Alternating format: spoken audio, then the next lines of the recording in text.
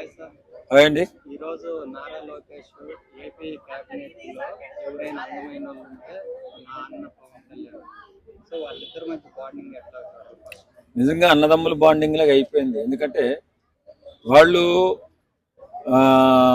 ఏమైపోయిందంటే వాళ్ళ నాన్నగారు మేము జగన్మోహన్ రెడ్డి గారు జైల్లో వేసినప్పుడు ఆయన ఏమీ చేయలేకపోయినప్పుడు పవన్ కళ్యాణ్ అండగా నిలబడి ఒక కొండలాగా నిలబడి భరోసా ఇచ్చినప్పుడు అప్పుడు అన్నదమ్ముడు ఉంటే ఏ రకమైనటువంటి భరోసా ఇవ్వగలుగుతాడో అంతకంటే ఎక్కువ భరోసా పవన్ కళ్యాణ్ గారు ఇవ్వగలిగారు. కాబట్టి అప్పటి నుంచి కూడా పవన్ అన్న నాకు తోడబుట్టిన అన్న లేడు కానీ తోడబుట్టిన అన్న అని చెప్పేసి అనుకుంటున్నాడు నారా లోకేష్ గారు. అలాగే ఆ బాండింగ్ ఇద్దరి మధ్యన కూడా చాలా చక్కగా చాలా సాంప్రదాయంగా అన్నదమ్ముల్లా ఉన్నారు. అలాగే కేబినెట్ లో కూడా మంత్రులుగా ఉండి కూడా ఆ రకంగానే కష్టపడి పనిచేస్తున్నారు. వాళ్ళిద్దరు కష్టపడి పనిచేసి రాష్ట్రాన్ని అభివృద్ధిలోకి తేవాలని, రాష్ట్ర భవిష్యత్తుకి భావితరాల నాయకులు వీళ్ళిద్దరే వాస్తవంగా చెప్పుకోవాలంటే.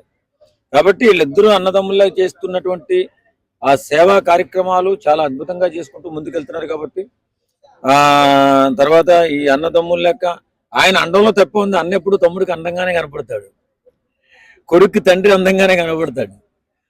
కాకిపిల్ల కాకిముద్దని. అది కాకపోయినా పవన్ కళ్యాణ్ గారు ఓ చక్కటి హీరో కాబట్టి ఆయన అందగాడే. అది ఎవరు అవునన్నా కాదన్నా అందగాడే. కాబట్టి వాళ్ళిద్దరి మధ్య ఉన్నటువంటి ప్రేమను ఆ రకంగా లోకేష్ బాబు పవన్ కళ్యాణ్ గారి పట్ల చూపిస్తున్నాడు. ఓ చక్కటి బాండింగ్ ఉంది వాళ్ళిద్దరి మధ్య. అలాగే పరిపాలనలో కూడా అందంగా చక్కగా ఎలాంటి ఇగోలు లేకుండా ఎలాంటి ఇబ్బందులు లేకుండా చక్కటి పరిపాలన చేసుకుంటూ ముందుకెళ్తున్నారు. కాబట్టి వీళ్ళిద్దరూ కూడా చంద్రబాబు నాయుడు గారికి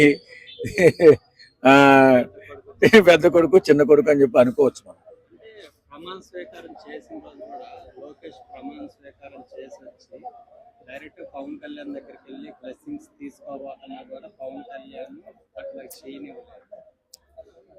అంటే పవన్ ఎందుకు ఆ రకంగా ఆయన దగ్గర చేసుకున్నాడంటే, నిజమండి అందరూ కూడా అప్పుడు ఏ నాయకుడు దగ్గరికి రాలేదు. మా జగన్మోహన్ రెడ్డి చేసిన ఆ దారుణానికి భయపడిపోయి వస్తే ఏం జరుగుతుందో, ఎవరిని అరెస్ట్ చేస్తారో ఏం చేస్తారో భయంతో అందరూ కూడా పటాపంచలై పారిపోయిన సమయంలో నేను ఉన్నానని చెప్పి వస్తుంటే అడ్డుకోవడానికి ప్రయత్నం చేశారు. అడ్డుకోవడానికి ప్రయత్నం చేస్తే నైట్ రాత్రి మీద రాత్రి జనసైకులంతా కూడా పెద్ద పోరాటం చేస్తే నడిచి బయలుదేరుతా అని చెప్తే అప్పుడు 2 కార్లు ఇచ్చి పోలీసుల దగ్గరుండి తీసుకెళ్లారు. కాబట్టి అలాంటి క్లిష్ట పరిస్థితుల్లో అంతటి ఆపదలో ఆదుకున్న వ్యక్తి కాబట్టి వేళ అంత ప్రేమగా చూస్తున్నాడు. ఎందుకంటే అది మామూలు విషయం కాదండి.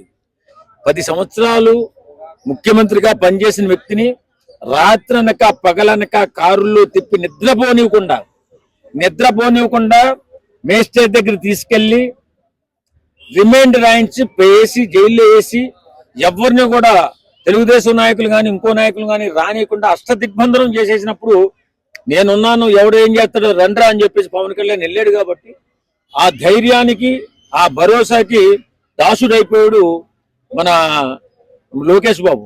కాబట్టి వాళ్ళ అన్న కంటే కూడా ఎక్కువ ఆపదలు ఆదుకున్నవాడు దేవుడైతే పవన్ కళ్యాణ్ అన్నలాంటి దేవుడు అని చెప్పి ఆయన అనుకున్నాడు. వాళ్ళిద్దరి మధ్యన బాండింగ్ అలా ఉంది.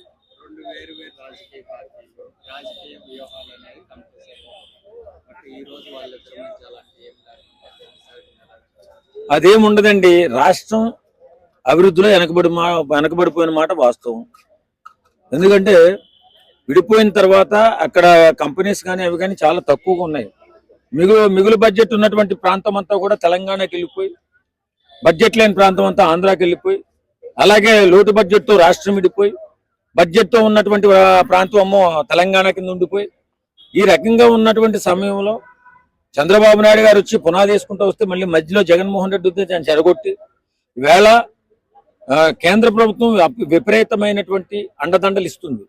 కాబట్టి ఈవేళ రాష్ట్రాన్ని అభివృద్ధి చేసుకోవడంలో లోకేష్ బాబు, పవన్ కళ్యాణ్ గారు, చంద్రబాబు నాయుడు గారు ముగ్గురు త్రిముఖ వ్యూహం పన్ని రాష్ట్రాన్ని అభివృద్ధి చేసుకుంటూ, ఫ్యాక్టరీలు తీసుకుంటూ, ఐటీ కంపెనీలు తీసుకుంటూ, పెద్ద పెద్ద కంపెనీలన్నీ తీసుకొచ్చి రాష్ట్రాన్ని అభివృద్ధి చేసుకుంటున్నారు.